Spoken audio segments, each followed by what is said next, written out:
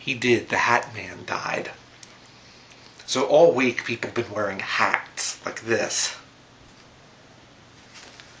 because the Hat Man died. The Hat Man, he was a man in Cincinnati. He always walked around downtown. He always wore hats. He was a elderly man, and he was always wearing big colorful hats and walking around downtown Cincinnati. He was wearing hats with slogans on them. And a lot of times, if people were running for public office, they would give him like campaign stickers, and he would put them on his hat. But a few days ago, he died. So all week, people have been wearing hats all over town in his memory. People wearing hats, and this is the only hat I have. See, this is a USGS hat. See this? Okay.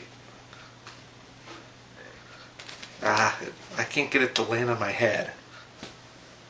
Well, that didn't work either. But anyway, see, USGS, because the USGS, back when I used to work for the Department of the Interior, they sent me this hat. But I never actually wore it at work. They sent it to me, but I never wore it at work. But it says USGS, like the United States Geological Survey.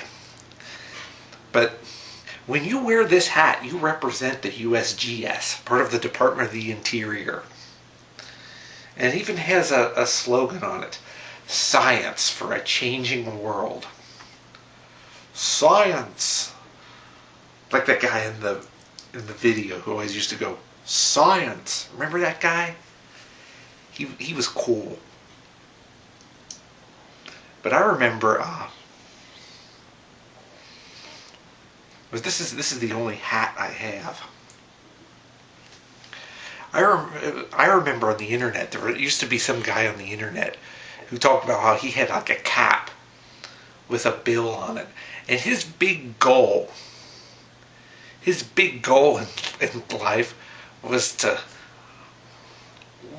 chew bubble gum and blow a bubble so big that it hit the bill of his hat and lifted it up off his head like this. Look, he did. That was his stated goal in life, was to sit there and go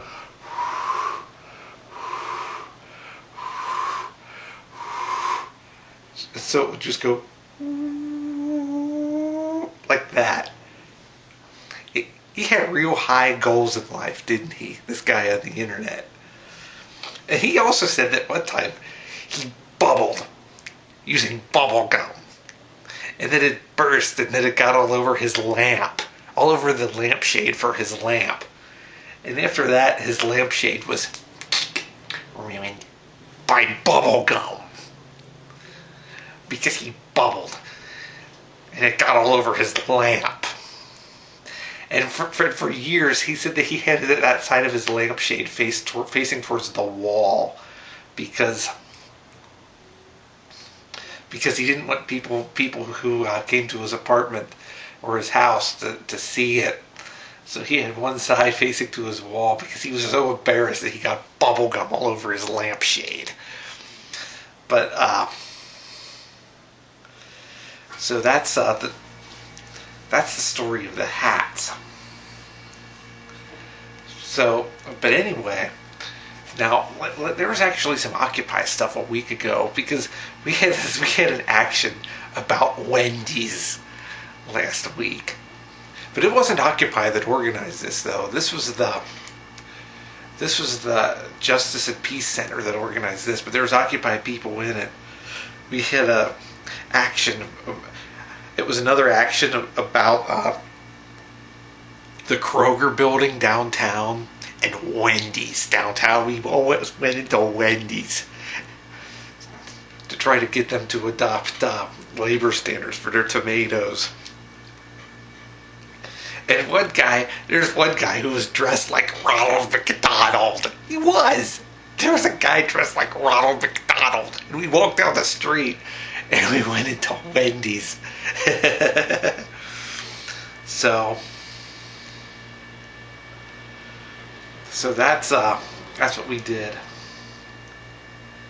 But there's like a big like memorial tomorrow downtown for the Cincinnati Hat Man down at Finlay Market.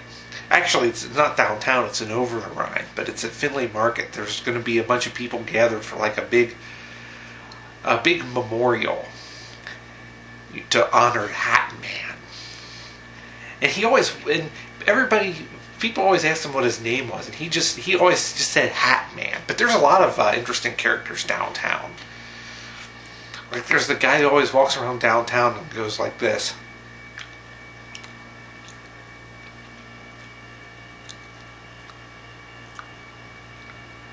And there's also Dorito Woman. I haven't seen Dorito Woman in a long time, though. I haven't seen her in a couple of years. But Dorito Woman was a woman who always talked to Doritos. She would buy a bag of Doritos and eat them. And every time she pulled a Dorito out of the bag, she would start talking to it before she ate it. So I saw her doing that. But she was cool. I think she worked at like a florist or something, because I saw her like walking out of a florist one other time. But and there's all sorts of cool stuff going on downtown. Wouldn't it ruin the hat? If you're wearing a hat like this, wouldn't it ruin it if you bubbled so it would hit the bill of the hat and lift it off your head? Wouldn't you get bubble gum all over your hat, and it would ruin it? It would ruin your hat. But I guess that's what that guy was trying to do, because it seems like bubble gum would ruin a hat. And it would look pretty silly too. To see somebody walking around blowing a big bubble with a hat on top of it. Wouldn't that look silly? And one of the ways I know, I have this hat was hanging on my globe in my front room. And a couple years ago, when I kept having those home invasions, one of the ways I knew about it was if the hat was lopsided. If I came in, the hat was out of place and lopsided, because then I knew that they were looking under the hat for something. So,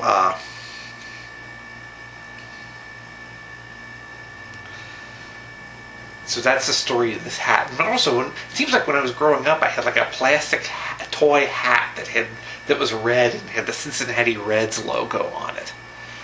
I had that growing up back in my day.